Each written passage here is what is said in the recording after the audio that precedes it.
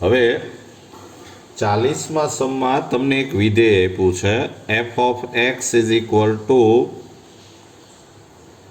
12 x raised to 4 by 3 અને minus 6 x raised to 1 by 3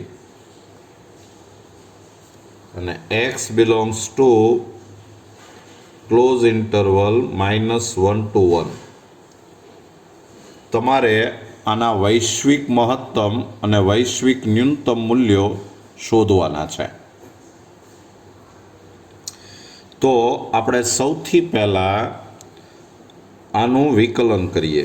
f' x is equal two, તો આનું વિકલન કરશો તો 12 into 4 by 3 x raised to 1 by 3 minus 6 into 1 by 3 x raised to -2 by 3. તો આ 3 4 એટલે આ થઈ ગયું 16 x raised to 1 by 3 minus 2 upon x raised to 2 by 3.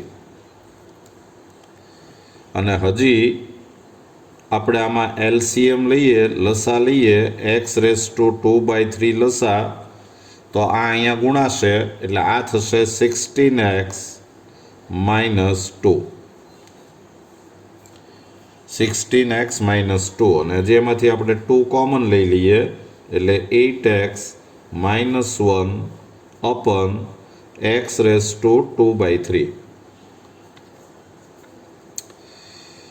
હવે આપણે f' ઇઝ ઇક્વલ ટુ 0 મૂકીએ તો implies f' is equal to 0, તો એનો મતલબ જ એમ થયો કે 8x minus 1 is equal to 0 અને implies x is equal to 1 by 8. બીજું આ જે f વિધેય છે f એ x ઇઝ ઇક્વલ ટુ 0 આગળ વિકલનીય નથી. તમે આમાં x ઇઝ ઇક્વલ ટુ 0 મૂકો તો અપન 0 થાય એટલે f' તમને ન મળે. એટલે f is not a differentiable at x is equal to 0 અને તેથી નિર્ણાયક સંખ્યાઓ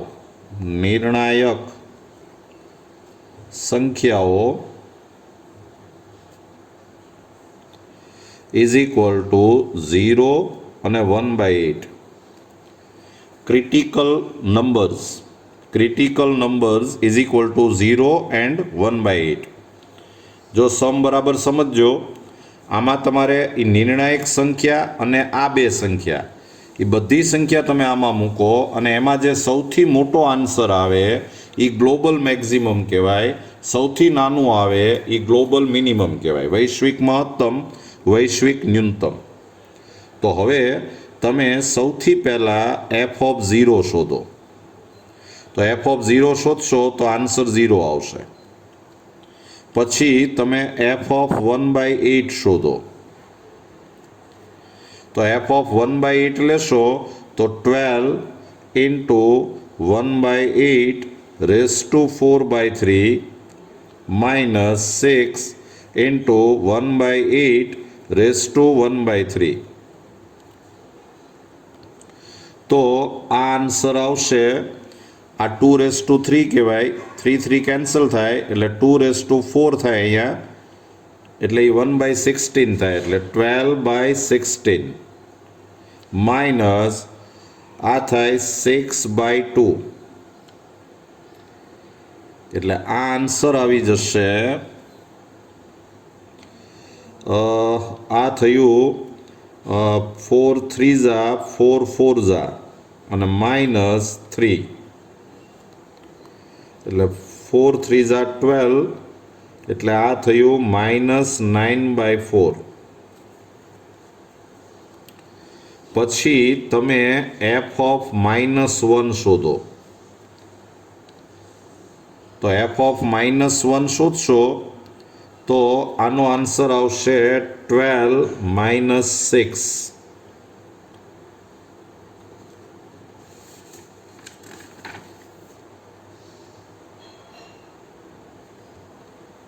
સોરી 12 પ્લસ 6 આવશે.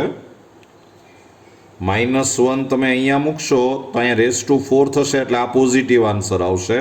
અને આ -1નું ક્યુબ રૂટ છે એ -1 થાય એટલે આ +6 થઈ જાય એટલે આ આન્સર આવે 18. પછી f(1) શોધો તો f(1) શોધશો એટલે આ થશે 12 - 6 એટલે આન્સર આવે 6. તો હવે આપણી પાસે આ 4 આન્સર આવ્યા. એક આ આન્સર છે, એક આ -9/4, એક 18 અને એક 6. આ બધામાં જે સૌથી મોટો આન્સર છે એ 18 છે.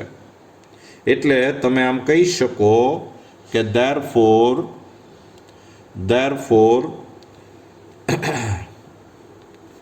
વૈશ્વિક મહત્તમ મૂલ્ય global maximum value is equal two 18 અને વૈશ્વિક ન્યૂનતમ મૂલ્ય ગ્લોબલ મિનિમમ વેલ્યુ એ -9/4 થાય. લ્યો આ તમારો આન્સર આવી ગયો, જોઈ લેજો. ચાલો 41 41મો સમ. એમાં તમને એક હેલિકોપ્ટર આપ્યું છે અને એ હેલિકોપ્ટર જે રસ્તે એનો માર્ગ જે છે એનું તમને સમીકરણ આપ્યું છે y = x² + 7. એટલે સપોઝ આ હેલિકોપ્ટર છે એ આમ કંઈક ઉડતું હોય આમ, તો એ જે રીતે આ હેલિકોપ્ટર ઉડે છે એના રસ્તાનું સમીકરણ આપેલું છે. This is the equation for the path of this helicopter. અને હવે એ એવું કહે છે કે એક સૈનિક છે એ અહીંયા ક્યાંક ઊભો છે P પોઈન્ટ આગળ. એના કોઓર્ડિનેટ તમને આપ્યા છે, યામ આપ્યા છે 3, 7. અને હવે આ હેલિકોપ્ટર આમ આવતું હોય તો જ્યારે આ સૈનિકથી સાવ નજીકના પોઈન્ટે જ્યારે આ હેલિકોપ્ટર આવે, સપોઝ અહીંયા QXY, તો તમારે એ ન્યૂનતમ અંતર શોધવાનું છે, ઓછામાં ઓછું અંતર શોધવાનું છે, મિનિમમ ડિસ્ટન્સ. તો ધારો કે ઓછામાં ઓછા અંતરે આ ક્યુ બિંદુ છે અને ક્યુના યામ છે એ આપણે XY ધારી લઈએ. તો તમે લખો કે ધારો કે QXY છે, સપોઝ QXY. હવે આ ક્યુ બિંદુથી આ સમીકરણ સંતોષાતું હોય એટલે પાછું આપણે આમ કહી શકીએ કે y = x² + 7. and therefore q ના યામ coordinate of q is equal two x અને y ની જગ્યાએ આપણે x² + 7 મૂકી શકીએ. અને હવે આપણે PQ અંતર શોધીએ તો PQ² ઇઝ ઇક્વલ ટુ અંતર સૂત્ર મૂકો તો x - 3 પ્લસ x² + 7 -7 2. વિસ્તરણ કરશો એટલે આ થશે x² -6x + 9 અને પ્લસ x⁴. અને આને આપણે વિધેય કહી દઈએ f(x) = x⁴ plus x² -6x અને +9. પછી આનું વિકલન કરો તો f' x = 4x³ + 2x - 6.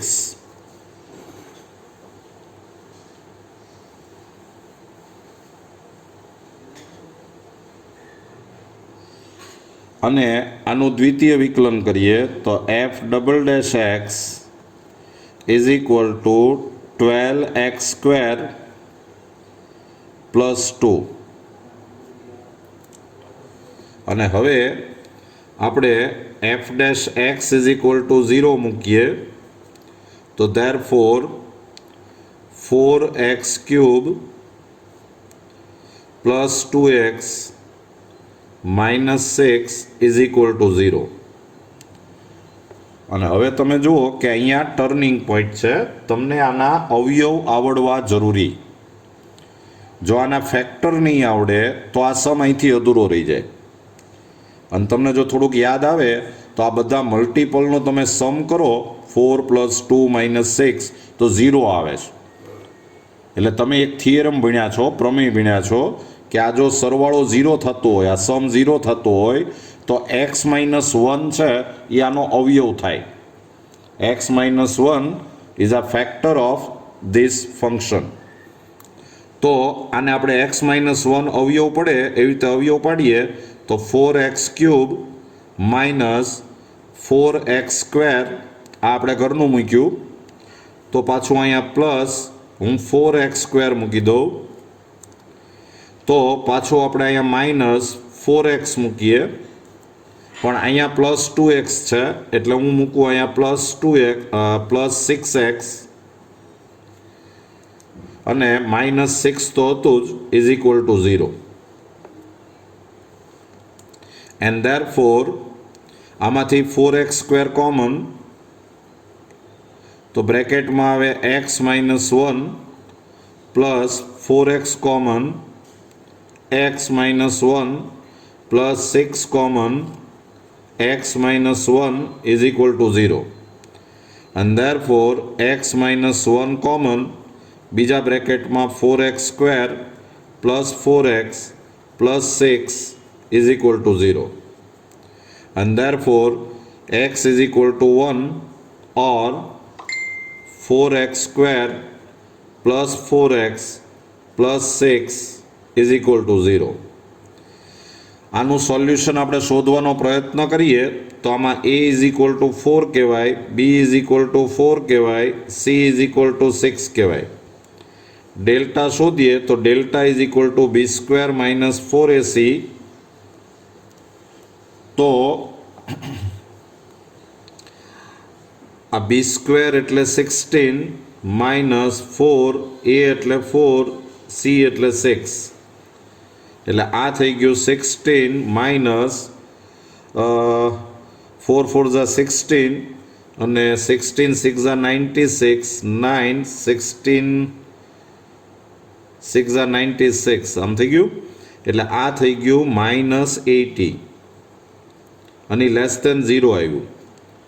એનો મતલબ એમ થયો કે આનું સોલ્યુશન તમને નહીં મળે એટલે તમને એક જ આન્સર મળ્યો x ઇઝ ઇક્વલ ટુ 1.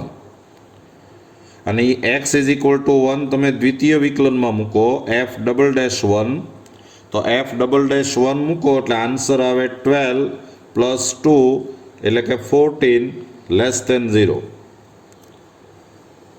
તો તમે એમ કહી શકો કે તેથી f એ x ઇઝ ઇક્વલ ટુ 1 આગળ ન્યૂનતમ છે. f is minimum at x is equal to 1.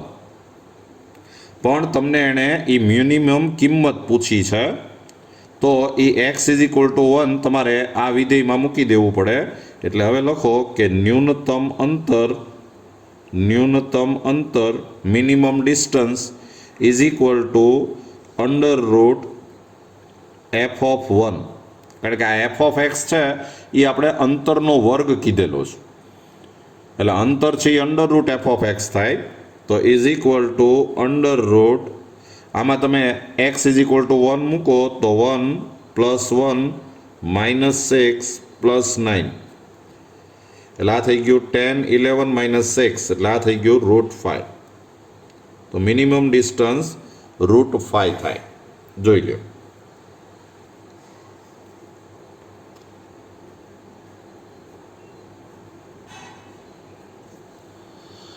ચાલો 48મો દાખલો 48. તમને એક વિધેય આપ્યું છે f(x) is equal two tan 1 tan inverse sin x plus cos x આવું એક વિધેય આપ્યું છે અને એમાં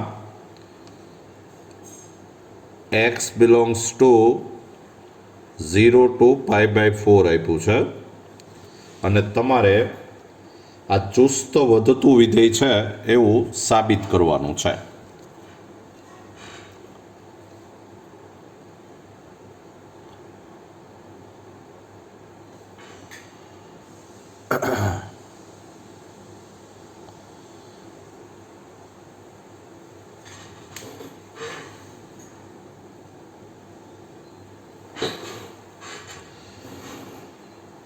તો આપણે શરૂ કરીએ.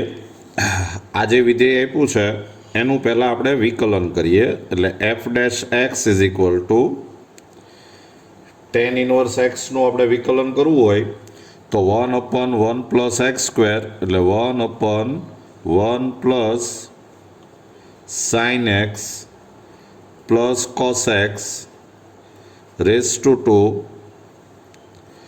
પણ પાછું આ સાઇન એક્સ પ્લસ કોસ એક્સનું કરવું પડે તો સાઇન એક્સનું થાય કોસ એક્સનું થાય માઇનસ સાઇન એક્સ.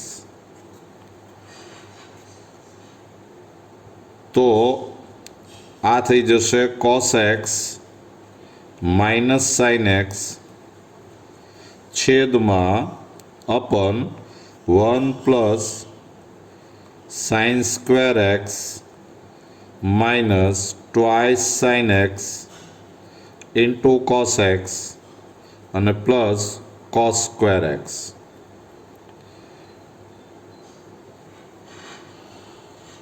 તો ઇઝ ઇક્વલ ટુ આ થઈ ગયું cos x minus sine x upon આ sine square x plus cos square x એટલે 1 થાય અને 1 પ્લસ 1 એટલે 2 એટલે 2 માઇનસ અને આ twice sine x into cos x એટલે એ થઈ જાય sign 2x.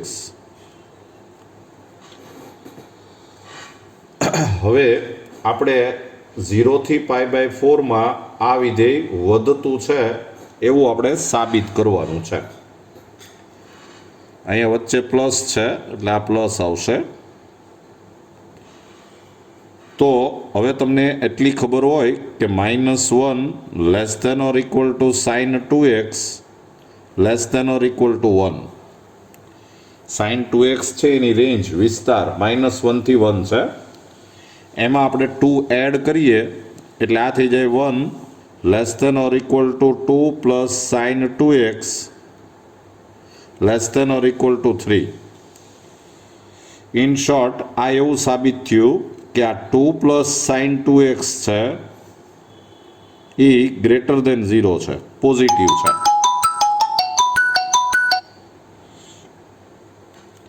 Two plus sine 2x છે એ ગ્રેટર દેન 0 છે. હવે આનો આન્સર પોઝિટિવ આવશે કે નેગેટિવ આવશે એનો આધાર હવે આની ઉપર રહ્યો. તો એ આપણે ચર્ચા કરીએ.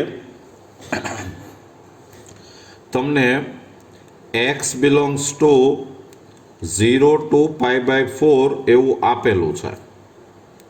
તો implies 0 less than x less than π/4 implies. હવે 0 થી π/4 જે છે